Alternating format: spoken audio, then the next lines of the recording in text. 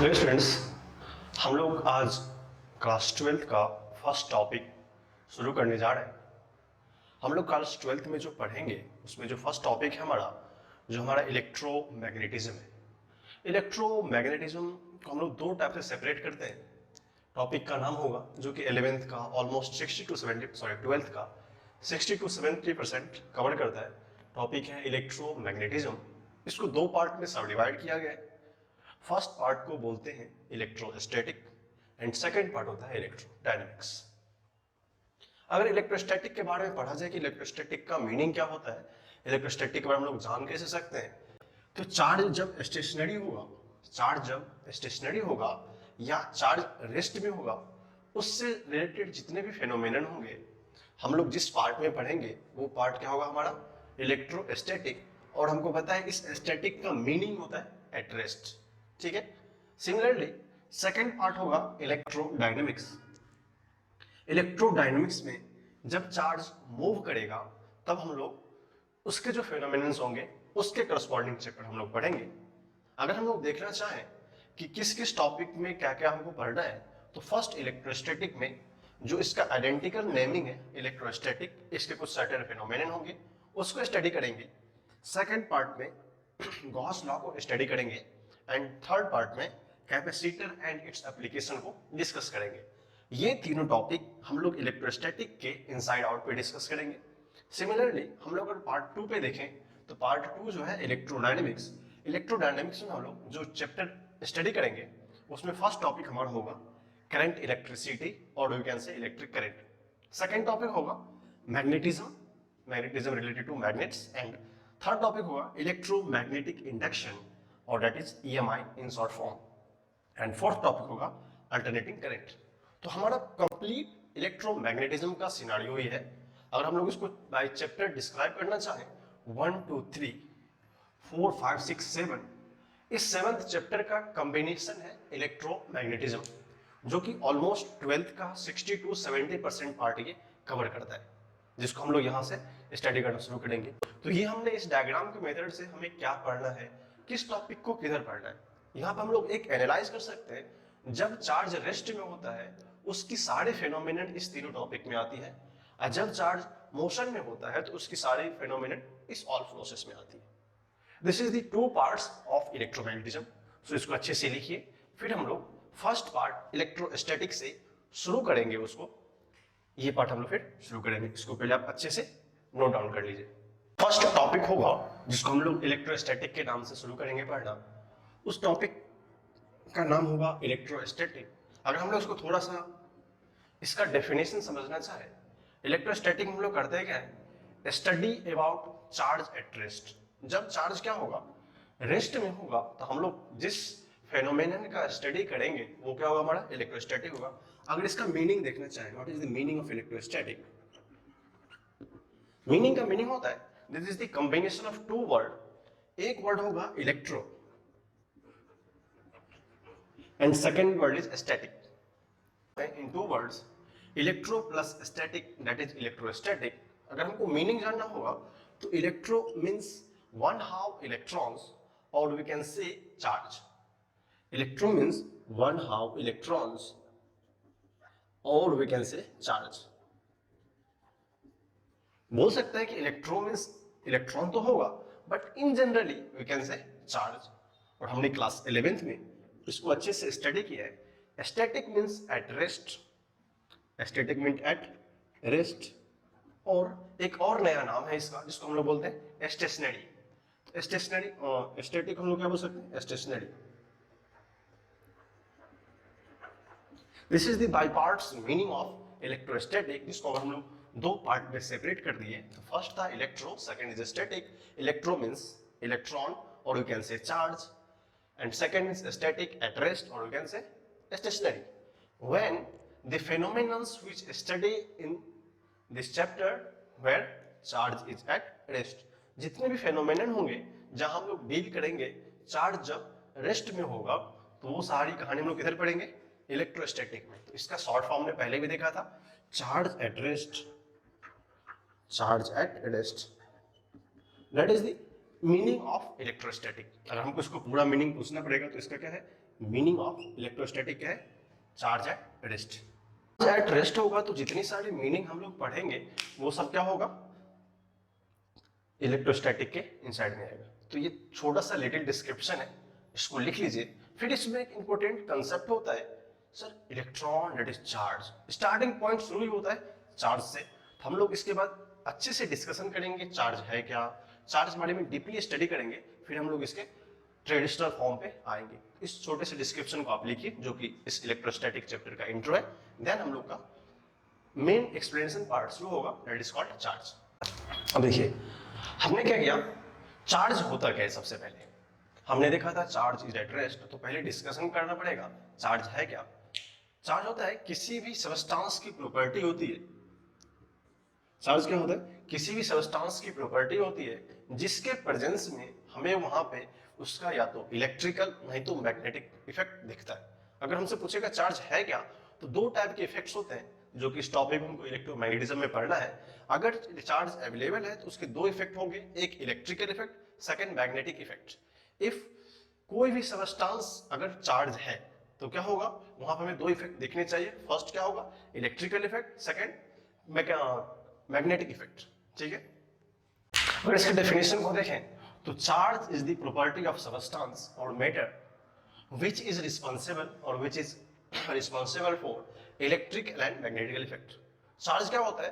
किसी प्रॉपर्टी का सबस्टांस होता है जो रिस्पॉन्सिबल होता है किसके लिए? या तो इलेक्ट्रिक इफेक्ट के लिए नहीं तो मैग्नेटिक इफेक्ट के लिए।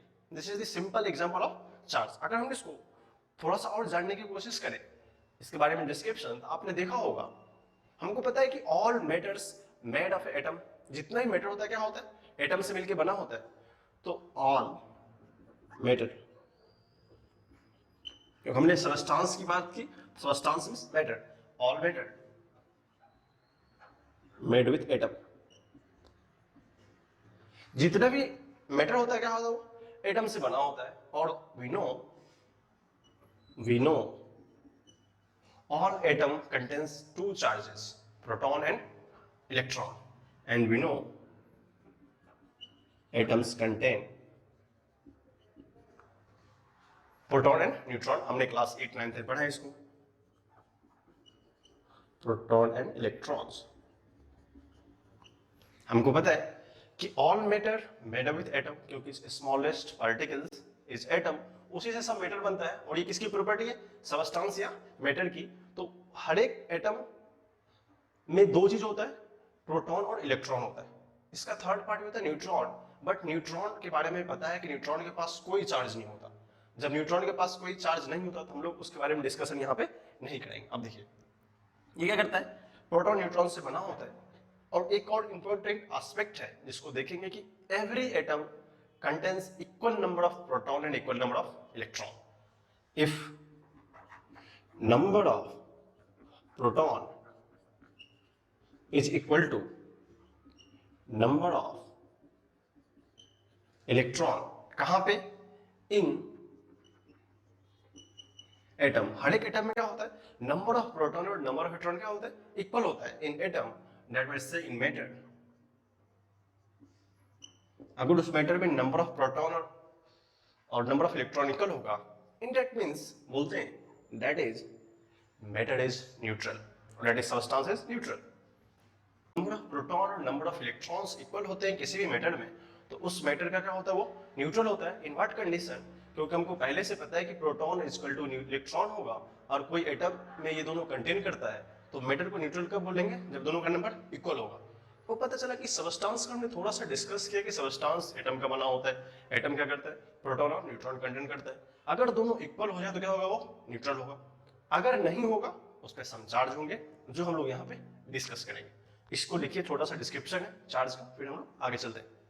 इस एस्पेक्ट से हमको पता है कि हर एक बॉडी में और एटम में या मैटर में जो भी हो सबस्टेंस में, उसमें equal number of proton neutron होता है, प्रोटॉन और इलेक्ट्रॉन होता है। हम लोग दो कंक्लूजन डाउन कर सकते हैं। फर्स्ट कंक्लूजन ये होगा, if we remove, हम लोग क्या करते हैं? if we remove electrons from body it positively charged। अगर किसी बॉडी में से, हमको पता है कि किसी बॉडी या एटम में क्या तो equal number proton neutron electron होता है। अगर हम यहाँ से इलेक्ट्रॉन को हटाएं तो बॉडी क्या होगा? हमारा पॉजिटिवली चार्ज हो जाएगा। Similarly if we transfer electron to body, अगर हम लोग बाहर से इलेक्ट्रॉन उस बॉडी में पेनिट्रेट करें तो क्या होगा, वो निगेटिवली चार्ज हो जाएगा। तो वो जो एस्पेक्ट हमने पढ़ा था कि मैटर और सबस्टेंस से बना होता है, उसके बारे में देखा कि हम लोग ने अगर इलेक्ट्रॉन को रिमूव किया तो बॉडी क्या हो गया, पॉजिटिवली चार्ज हो गया। अगर इलेक्ट्रॉन को इंजेक्ट किया तो क्या होगा, हमारा वो नेगेटिवली चार्ज हो गया। Because number of electron and number of proton in a neutral body is equal. If we increases the one part, that is electron, that means it will be positive charge, and if we transfer the electron, that means हमको electron उसमें inject करना पड़ेगा, वो negatively charge हो जाएगा। This is the basic aspect of the equilibrium और neutral body. So write it, then we move next. पहले से पढ़ा है type of charge. Two type of charge होते हैं जो कि हमको type of charges, first type होता है पॉजिटिव चार्ज, सेकेंड टाइप होता है नेगेटिव चार्ज, ये तुमको पता ही है। And second is negative. हम लोग इसको इस तरह लिखते हैं प्लस, दिस इज माइनस। ये इसका फंडामेंटल टर्म होता है, positive charge and negative charge. और यहां से हम लोग एक कैलकुलेटर निकाल सकते हैं। Similar charge repel each other और dissimilar charge attract each other. इसका मतलब अगर दो सेम चार्ज होगा तो क्या करेगा, रिपेल करेगा। अगर दो डिफरेंट चार्ज होगा तो क्या करेगा, वो अट्रैक्ट करेगा। तो यहां से एक हम लोग कैलकुलेटर निकाल सकते हैं। Similar charge repel each other, repel मतलब एक दूसरे को अलग करना, repel each other, and D similar charge. This is by examples देखना चाहे, मान लेते हैं this body first, this body second. अगर ये प्लस है, ये प्लस है, क्या करेगा दूसरे को, ये इसको इधर भगाएगा, ये इसको इधर भगाएगा। That is the meaning of repel. इसका मतलब क्या कर रहा है, रिपेल कर रहा है। अगर मान लेते हैं ये हमारा प्लस है, ये हमारा माइनस, क्या करेगा, एक दूसरे को अट्रैक्ट करेगा। इसका मतलब क्या होगा, अट्रैक्ट करना। अगर सिमिलरली दो नेगेटिव चार्ज हो जाए, क्या करेगा, ये रिपेल करेगा। ये एस्पेक्ट होता है कि similar charge repel each other and dissimilar means alternate charge इसको अट्रैक्ट ईच अदर करते हैं। इसको लिख लीजिए, फिर हम लोग आगे देखते हैं। एस्पेक्ट होगा टाइप्स ऑफ चार्ज के बाद unit of charge. In generally हमको सबको पता है यूनिट ऑफ चार्ज भी SI, SI means international standard. जो एसआई यूनिट होता है, SI unit of charge is coulomb. क्या होता है, कूलम। इसको हम लोग जनरली C से रिप्रेजेंट करते हैं। C is the unit of coulomb. हमने क्लास 9 10th में पढ़ा है। 10th में आपने इलेक्ट्रिसिटी पढ़ा होगा। अगर इलेक्ट्रिसिटी को I से रिप्रेजेंट करते हैं तो इलेक्ट्रिसिटी क्या होता है, चार्ज बाय टाइम। ये हमने एक्सप्रेशन क्लास 10th में पढ़ा है। Electricity is equal to charge by time. That means यहां से हम क्या लिख सकते हैं, I into T is the current into time. अब देखो, अगर हमको पता होगा सर हम यूनिट की बात कर रहे हैं तो ये यूनिट और ये यूनिट इक्वल होना चाहिए। अब देखो, इसको हमको पता है कि यूनिट ऑफ करंट क्या होता है, यूनिट ऑफ करंट हम लोग मानते हैं एम्पियर होता है। एम्पियर को हम लोग क्या करते हैं, ए से रिप्रेजेंट करते हैं। और यूनिट ऑफ टाइम क्या होता है, सेकेंड होता है। यूनिट ऑफ टाइम क्या होता है, सेकेंड होता है। इसको हम लोग एस से रिप्रेजेंट करते हैं। अगर इस क्यू की बात की जाए तो क्या हम लोग लिख सकते हैं, Q is equal to I into T है, तो इसका यूनिट क्या हो जाएगा हमारा, एम्पियर सेकेंड होगा। हमने क्या किया, एम्पियर को ए से रिप्रेजेंट किया और इसको सेकेंड से रिप्रेजेंट किया। क्या ये हमको चार्ज का यूनिट लग रहा है? इसका मतलब हमने देखा कि जो हमने कूलम का स्टैंडर्ड लिया था, इस एम्पियर सेकेंड को हम लोग क्या करते हैं, कूलम से रिप्रेजेंट करते हैं जनरली। इसलिए हमने इसको क्या बोला, C. C means representation of coulomb is equal to ampere into second, because हमने देखा Q by T is equal to I होता है, तो Q is equal to I into T है। जब I इंटू टी होगा तो हमने क्या देखा, unit of I means current का एम्पियर होता है और टाइम का सेकंड होता है। इस दोनों का प्रोडक्ट अगर चार्ज है तो एम्पियर इंटू सेकंड को कूलम होना पड़ेगा। That is the basic relation. ठीक है, ये हमारा फर्स्ट हो गया कि unit of charge is coulomb. I is equal to Q by T, यहां से हमने Q निकाला। करंट का एम्पियर हमको ए पता है, टाइम का एम्पियर एस पता है, सेकंड होता है, उसको एस लिख सकते हैं। तो यहाँ से ampere second equal to coulomb हो गया। तो हम लोग एक रिलेशंस और जनरेट कर सकते हैं, इसको लिख लीजिए। टर्म और ऐड करना चाहे तो हम लोग को यूनिट पता है, तो then you can add a dimension. Dimension हमको लिखने आता है, देन वी फाइंड डायमेंशन कैसे लिखते हैं। तो क्या होता है, यूनिट देखना पड़ता है। ए इंटू एस, तो ए का एम्पियर ए होता है और एस का क्या होता है, टी होता है। That is the dimension. हम लोग वहां पे स्पेशल यूनिट में वहां पे ए आई भी लिखा होता है, तो हम लोग जस्ट ट्राई करेंगे करंट का ampere into time, that is the also dimension of the charge. इसका होगा वो डायमेंशन ऑफ चार्ज होगा, ठीक है। अब हम लोग कुछ क्विक इंफॉर्मेशन जानते हैं चार्ज के यूनिट के बारे में। जैसे मान लीजिए कि हम लोग बोलते हैं कि चार्ज का इन जनरल यूनिट क्या होता है, कूलम होता है, बट क्विक इंफॉर्मेशन देखेंगे तो एक होता है बिगेस्ट यूनिट ऑफ चार्ज। जैसे चार्ज का सबसे बड़ा यूनिट क्या होगा, तो biggest unit of charge that is called, का नाम है फैराडे। चार्ज का जो सबसे बड़ा यूनिट उसको हम लोग फैराडे बोलते हैं। होता है 1 faraday is equal to 96,500 coulomb. ये क्वेश्चन एक बार पूछा हुआ है एग्जाम में, आप देखेंगे 2001 के आसपास ये क्वेश्चन पूछा था कि what is the relation between Faraday and coulomb. तो क्या आपको इन फ्यूचर भी डिफरेंस आएगा।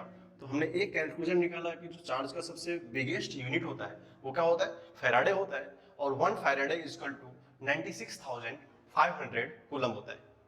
This is the one relation. ये क्या है, एक हमारा रिलेशन है कि सबसे, अगर हमें इन जनरली कोई पूछ ले कि चार्ज का बिगेस्ट यूनिट क्या होता है, तो हमको पता चलना क्या होता है, ये फैराडे होता है। और इस फैराडे को relation in terms of coulomb हम लोग ऐसा लिख सकते हैं। इसको लिख लीजिए, हमारा biggest unit of charge is Faraday and the smallest unit of charge is electrostatic unit, इसको हम लोग क्या बोलते हैं, ESU। उसका रिलेशन होता है 1 ESU is equal to 3 × 10⁻⁹ coulomb.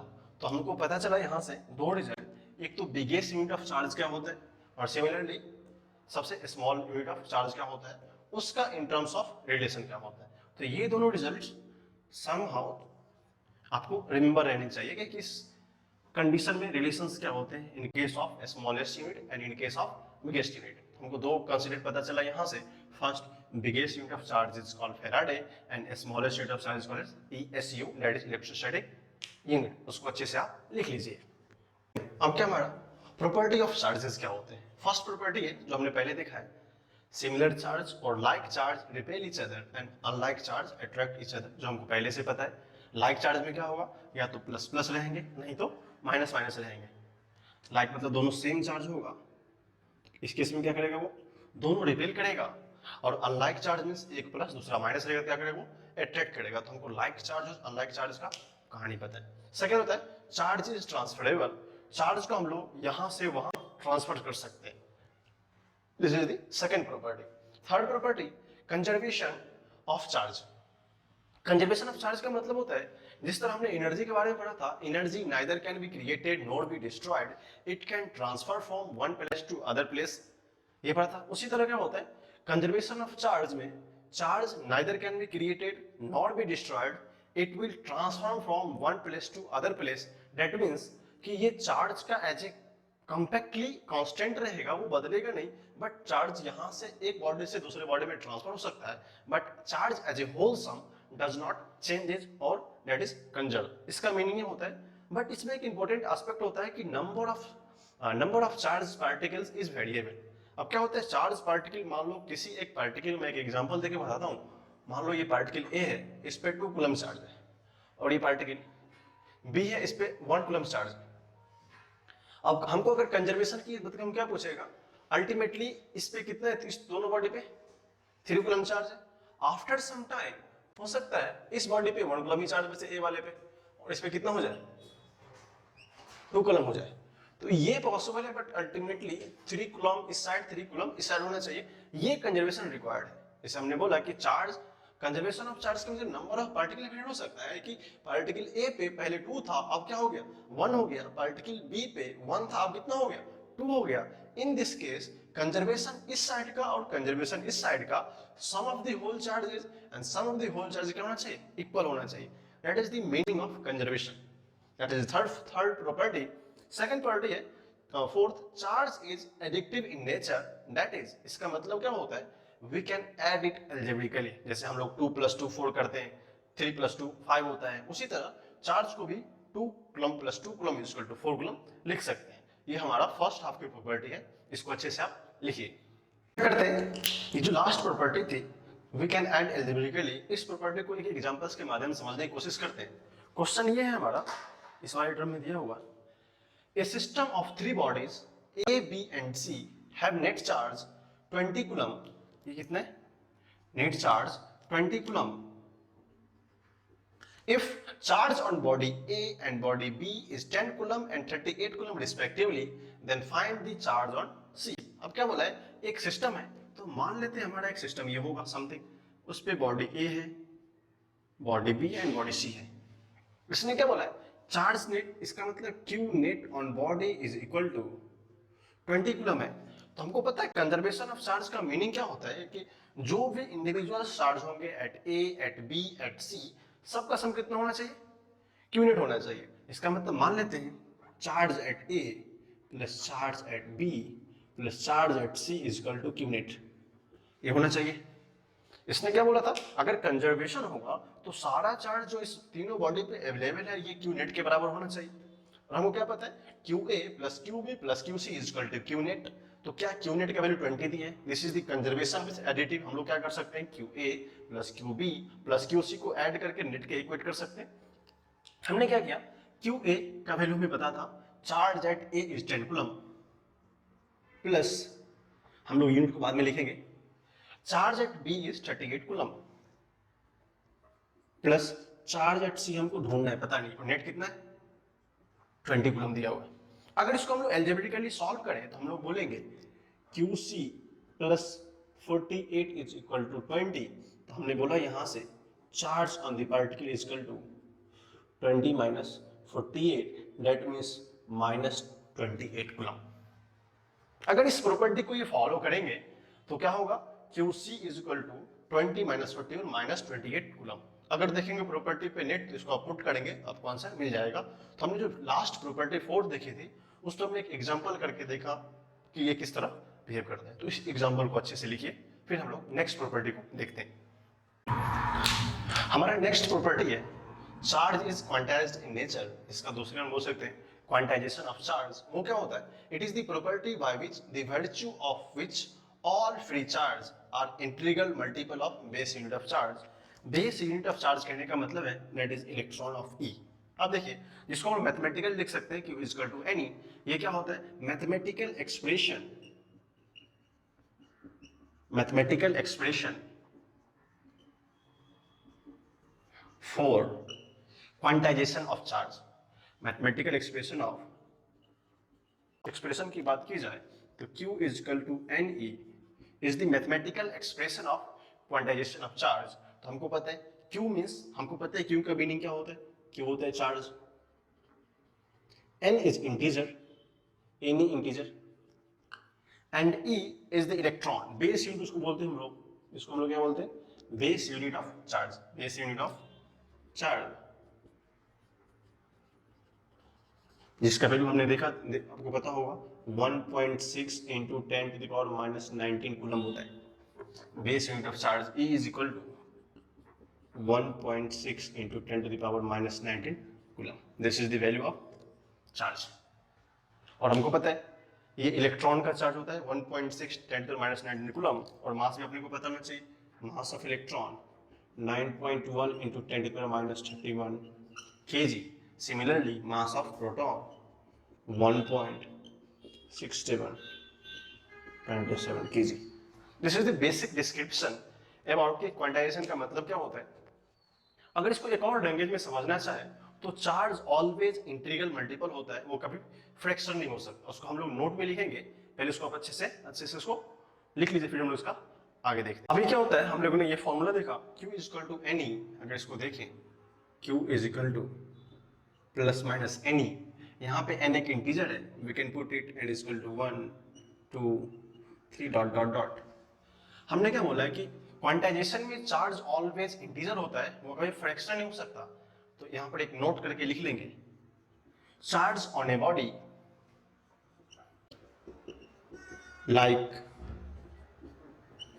2/3 of E, 1.7 E और 10 to the power 7 E।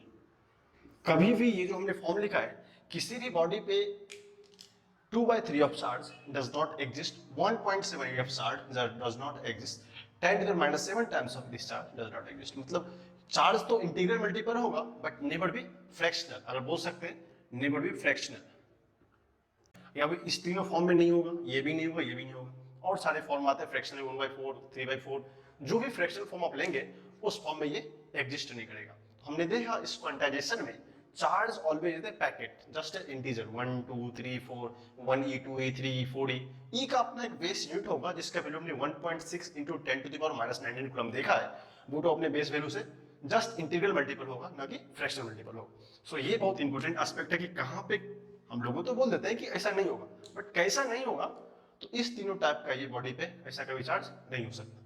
तो अच्छे से इसको लिखिए, फिर हम लोग कुछ एग्जांपल से इसको समझने की कोशिश करते हैं कि कैसे हम लोग अप्लाई करेंगे इसको। ऐसा क्वेश्चन है जस्ट उसी एस्पेक्ट पे यहाँ देखेंगे, a natural body ejects this time of electron, मतलब 10 to the power 18 इलेक्ट्रॉन्स, मतलब इसका कॉम्बिनेशन दिया हुआ है।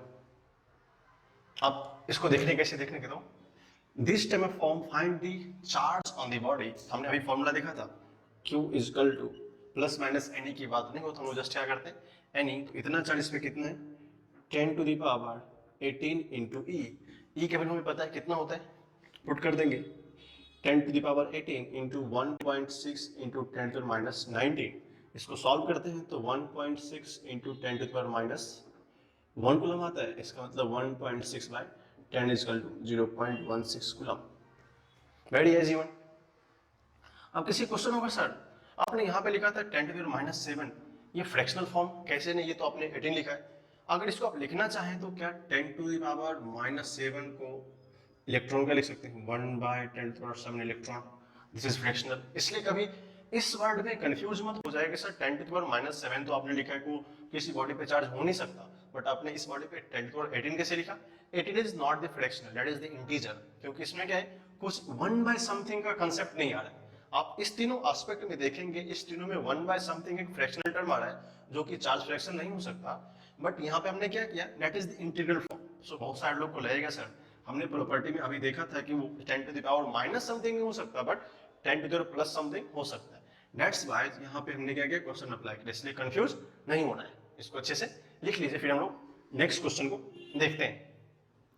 एग्जांपल है a body has 5 coulomb charge, now 10 to the power 19 E are ejected from the body। अब क्या है कि इसके पास मान लो कोई एक बॉडी A है, इसके पास ऑलरेडी Q1 5 कूलम है, अगर इस बॉडी में हमने क्या किया इतना चार्ज और इजेक्ट कर दिया तो बोलेगा इस बॉडी पे नेट चार्ज कितना होगा, तो हमको सबसे पहले apply the concept of quantization, क्या देखा था हमने प्लस माइनस एन के टर्म को देखा था, जो कि यहाँ कितना है 10 to the power 19 E, तो इसको सॉल्व करेंगे क्योंकि हमको चार्ज को एडिटिव बनाना है, तो 10 to the power 19 into 1.6 into 10 to the power minus 19, ये कट जाएगा तो क्या बचेगा 1.6 कूलम। ये चार्ज हमारा Q2 होगा जो इस बॉडी में आके इजेक्ट कर जाएगा। इसका मतलब अगर नेट चार्ज पूछेगा तो इस बॉडी में सबसे पहले किसने किया बॉडी ए में Q1 and there is Q2 eject हुआ, तो हमसे पूछेगा कि net charge in body A QA is equal to Q1 plus Q2, you can solve easily 5 plus 1.6 6.6 coulomb, this is the answer 6.6 coulomb. इस क्वेश्चन में हमने दो कांसेप्ट का यूज किया, फर्स्ट प्रॉपर्टी में कि चार्ज को हम लोग एल्जेब्रिकली ऐड कर सकते हैं, सेकंड में फिर उससे पहले देखा कि क्वांटाइजेशन जो हमने जस्ट सिमिलर क्वेश्चन पहले डिस्कस किया था इससे पहले वाले में, उसको हमने यहाँ से क्वांटाइज्ड किया, ये ऑलरेडी चार्ज था, then apply the conservation of charge और एडिटिव नेचर ऑफ चार्ज। इस क्वेश्चन का सॉल्यूशन भी आप लिख लीजिए, फिर हम लोग आगे देखते हैं। हमारा नेक्स्ट क्वेश्चन भी नियरली इसी तरह से मिलता जुलता है, बट यहाँ पे कहानी हमारी कुछ और है। फिर से मान लेते हैं कि कोई बॉडी ए होगा हमारा, इसके पास खुद का फर्स्ट चार्ज कितना है -10 कूलम, -10 कूलम है, बोल रहे हैं क्या 3 into 10 to the power 19, तो इसको हम लोग ऐड कर रहे हैं 3 into 10 to the power 19 electrons are ejected from there, then apply the same concept हमने क्या किया था क्वांटाइजेशन में, Q is equal to n ही होता है, क्या होगा सेकंड चार्ज होगा Q2, एन की वैल्यू कितना है 3 into 10 to the power 19 into E की वैल्यू 1.6 माइनस 19, इसको कट जाएगा क्या बचेगा इसका 4.8 कूलम दैट इज Q2। फिर हम लोग क्या करेंगे कंसेप्ट अप्लाई करेंगे, ये बॉडी एक्चुअली कितना चार्ज एक्वायर करेगा। अब यहाँ बोलेगा हमने फर्स्ट लास्ट क्वेश्चन लिखा था कि इस पे कितना चार्ज होगा और इसमें है कि बॉडी कितना एक्वायर करेगा, तो देखेंगे क्योंकि ये नेगेटिवली बॉडी था, क्या था ये, निगेटिवली चार्ज बॉडी था। तो charge on body A is equal to Q1 plus Q2, again apply the additive nature, जिसको हम लोग बोल सकते हैं, तो क्या होगा minus of 10 coulomb plus 4.8 coulomb, तो कितना हो रहा हमारा 4.8 5.2 कूलम ये चार्ज एक्वायर करेगा। इसको अच्छे से लिख लीजिए। इलेक्ट्रॉन E मल्टीप्लाई है are ejected per second from a body, then after how much time it will the body acquires 3 microcoulomb. अब देखिए यहाँ पर एक रिलेशन होता है, माइक्रो का मीनिंग होता है, अगर हम माइक्रोकूलम को कन्वर्ट करना चाहें तो 1 microcoulomb is equal to 10⁻⁻6 coulomb होता है।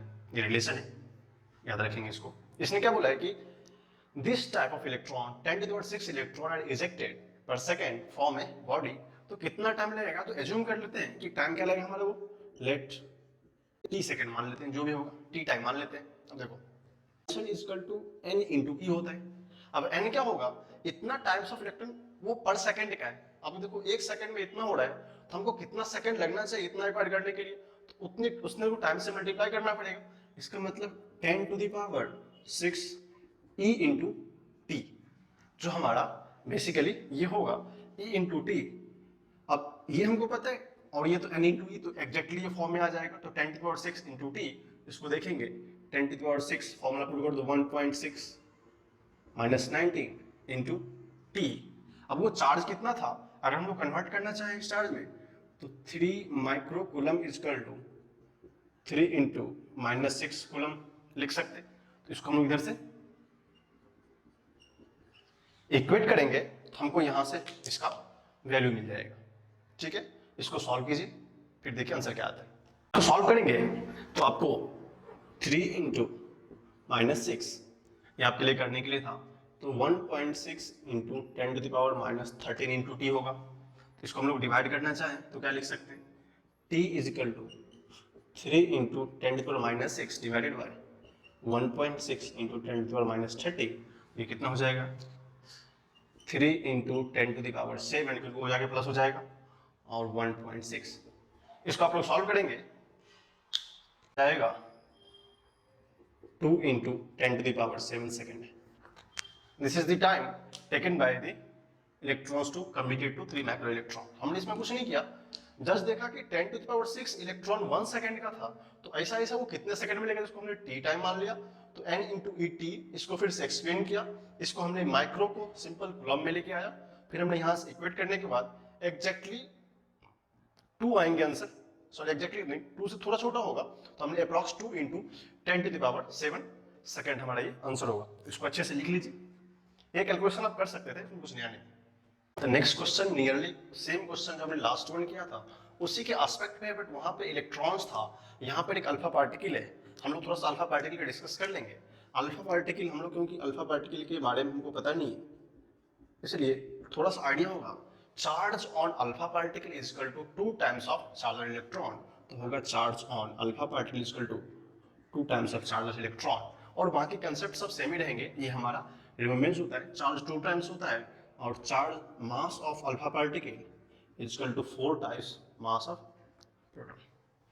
उसको देख लेंगे हम लोग, ये अभी हमको रिक्वायरमेंट नहीं है, बट हम लोग यहाँ पे रिलेशन देखें अल्फा पार्टिकल का 2 टाइम्स ऑफ चार्ज होता है। अगर हम लोग फिर से क्वांटाइजेशन लगाएं तो पूछा क्या है, हाउ मच टाइम पर सेकंड का दिया हुआ है, 10⁻10 अल्फा पार्टिकल पर सेकंड का पता है, तो बोला कि हाउ मच टाइम टेक, तो फिर से मान लेते हैं लेट टी एक्वायर किया था, फिर से हमको रिलेशन कैसे पता है, Q is equal to minus of 4 microcoulomb. अगर इस यूनिट को इंटरवीन कर दें, चेंज कर दें, तो क्या लिख सकते हैं, माइनस ऑफ 4 इंटू 10⁻6 कूलम, जो हमको पहले से पता है। And we know by the property of quantization of charge क्या होता है, Q is equal to n into E होता है।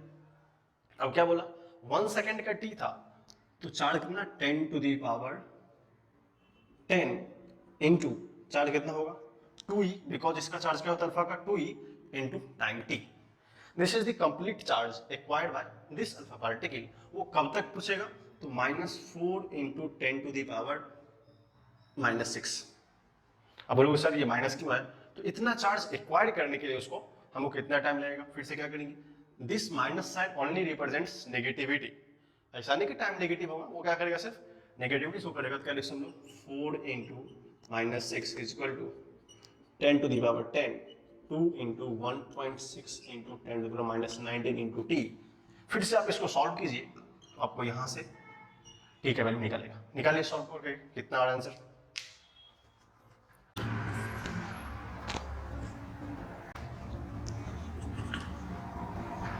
सॉल्व करेंगे हम लोग, जस्ट हमने इसको क्या किया है, सॉल्व किया है, आपको हमको ये आंसर मिल जाएगा। जस्ट हमने इक्वेट करके तो 1.25 into 10 to the power 3 second इस पार्टिकल को लगेगा कितना वो चार्ज, -4 कूलम एक्वायर करने में। आपका क्वेश्चन होगा सर ये माइनस साइन किधर गया?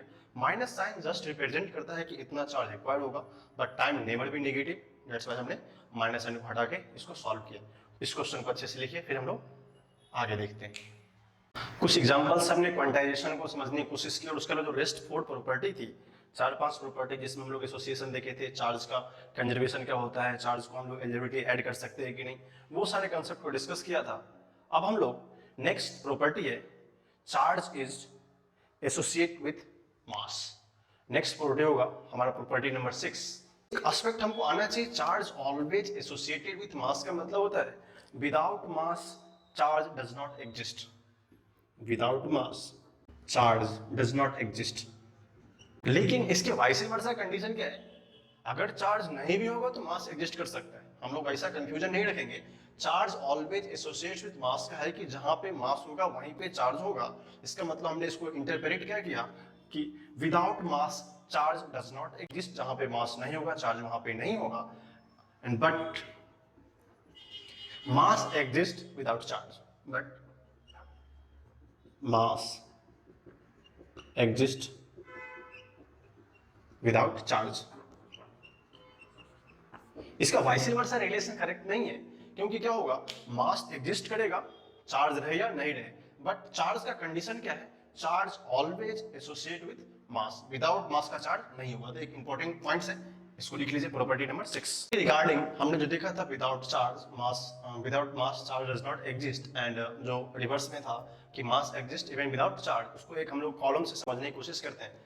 हमने जो नोट्स में लिखा है, नोट फर्स्ट में, if Q nought is equal to 0 and mass nought is equal to 0, इसका मतलब क्या होगा, एनी चार्जिंग बॉडी। अब देखो mass nought is equal to 0 का मतलब क्या है कि मास होगा, अगर मास होगा तो चार्ज भी समथिंग होगा, इसलिए क्या है, this is not is equal to 0, this is not is equal to, this is the ordinary condition. क्या होगा, कोई एक जनरल कंडीशन होगा जहां पे कोई भी चार्ज बॉडी होगा। उसी तरह अगर चार्ज 0 हो जाए और मास 0 नहीं हो, इसका मतलब मास समथिंग होगा, तो इस केस में क्या होगा, कि न्यूट्रल बॉडी होगा। न्यूट्रल बॉडी में सबसे पहले डिस्कस कर चुका हूं, जिसपे चार्ज क्या होता है, 0 होता है, दैट इज न्यूट्रल बॉडी। अगर मास ही नहीं हो और चार्ज समथिंग हो जाए, क्या ये केस पॉसिबल है? नहीं, this case is not possible, because हमने पहले बोला था without mass charge does not exist. तो जो हमने एक एनालॉजी निकाला है कि मास 0 हो और चार्ज नॉन 0 हो, दैट इज नॉट पॉसिबल। अब देखो एक नया सा कंसेप्ट आया है, इस वाले पार्ट को थोड़ा सा आपको नया लगेगा। अगर चार्ज भी 0 हो, मास भी 0 हो, that is the one term is photon. इसको हम लोग डिस्कस करेंगे इन लेटर हाफ। इसका मीनिंग क्या होता है, जिसका रेस्ट मास भी 0 होता है और एग्जैक्टली चार्ज भी 0 होता है। तो जो प्रॉपर्टी हमारा था charge always associate with mass, इसके बारे में हमने देखा कि without charge, without mass charge does not exist. But इसके रिवर्स में देखेंगे तो क्या होता है, बिना चार्ज का मास तो एग्जिस्ट करता है, उसमें कुछ नया नहीं है। तो हमने एक नोट्स को देखा, इस नोट्स से समझने की कोशिश की क्या क्या एनालॉजी हो सकता है। तो आप उसके नीचे जो पॉइंट था उसके फर्दर इसके नीचे इसको लिख लीजिए, फिर हम लोग नेक्स्ट प्रॉपर्टी को चलते हैं, जो कि थोड़ा सा इंपॉर्टेंट होगा, क्योंकि हमको ये इन फर्दर इलेक्ट्रोस्टैटिक के बाद टॉपिक में बहुत इंपॉर्टेंट होने वाला है।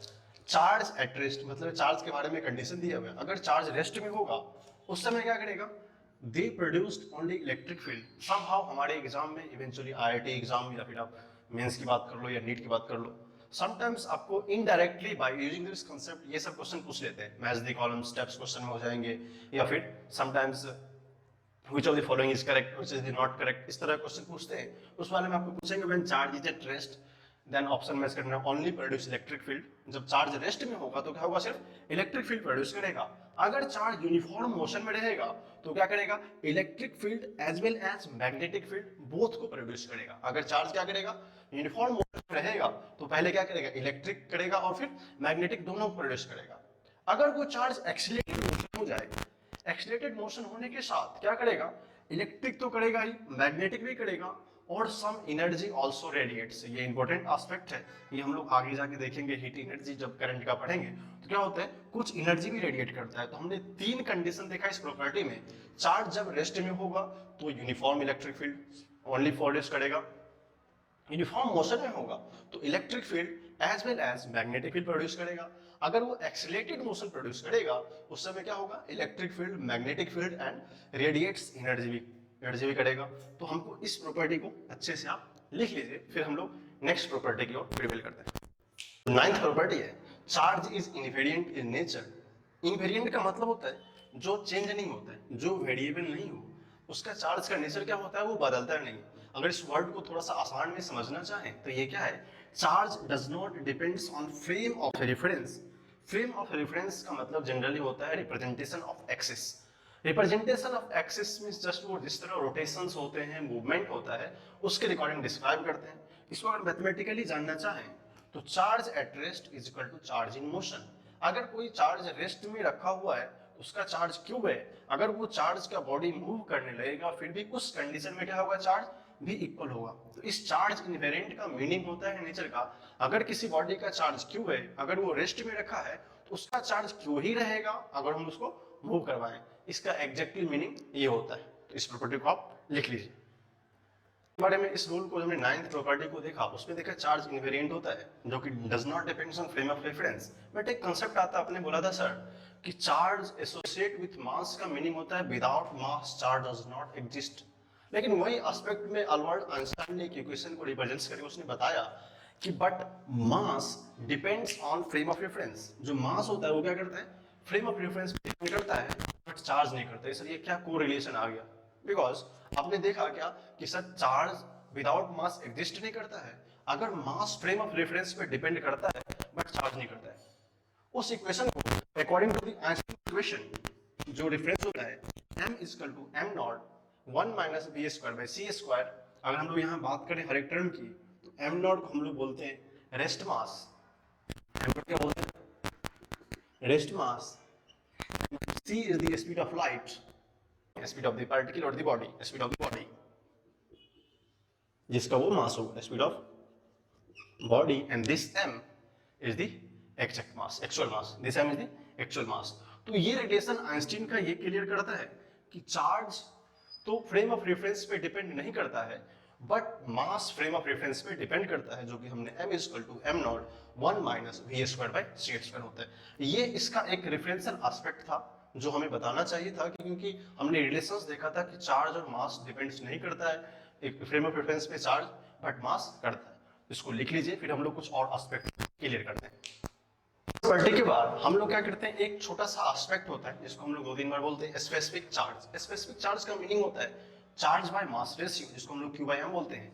हमको समटाइम्स इन क्वेश्चन कभी-कभी दिया रहता है चार्ज बाय मास रेशियो, तो हमको पता चलना चाहिए स्पेसिफिक चार्ज और चार्ज बाय मास रेशियो एक ही होता है, जिसको हम लोग Q बाय M से रिप्रेजेंट करते हैं। इसका दो कंडीशन होता है। चार्ज बाय मास रेशियो किस कंडीशन में क्या होता है, एट वेरी लो स्पीड, अगर स्पीड उसका बहुत कम होगा, very low speed, Q by M constant होता है, this is the first condition.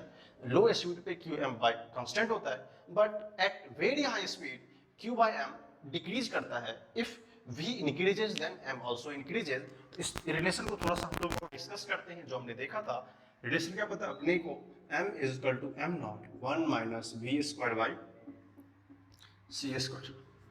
अगर हम लोग को पता है कि ये टर्म में ये अगर V को इंक्रीज करेंगे तो 1 माइनस दिस टर्म डिक्रीज करेगा, जब ये डिक्रीज करेगा तो ये क्या करेगा, इंक्रीज करेगा।